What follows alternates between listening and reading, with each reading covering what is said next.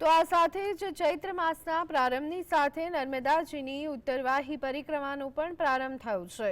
ત્યારે નર્મદાના જળમાં અનુષ્ઠાન કરી રહેલા એક સાધ્વીજીએ સૌ કોઈનું ધ્યાન આકર્ષિત કર્યું છે।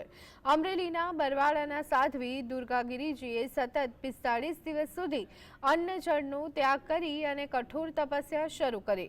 નર્મદા પરિક્રમાએ આવતા શ્રદ્ધાળુઓ સાધ્વીના અનુષ્ઠાનને જોઈ અને ધન્યતા અનુભવી રહ્યા છે।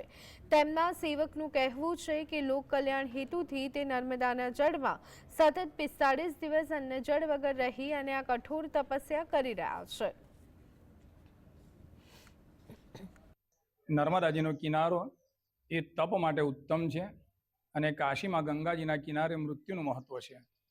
તો નર્મદાજીના કિનારે અનેક ઋષિમુનિઓ, યક્ષો, કિન્નરો, ગંધર્વો, કુબેરો, પિશાચો, દેવો, દાનવો, પ્રાણીઓ, પક્ષીઓ દરેક જણે તપ કરેલા છે અને એટલા માટે નર્મદાજીના કિનારાની તસ્વીર તશુભૂમિ એ તપોભૂમિ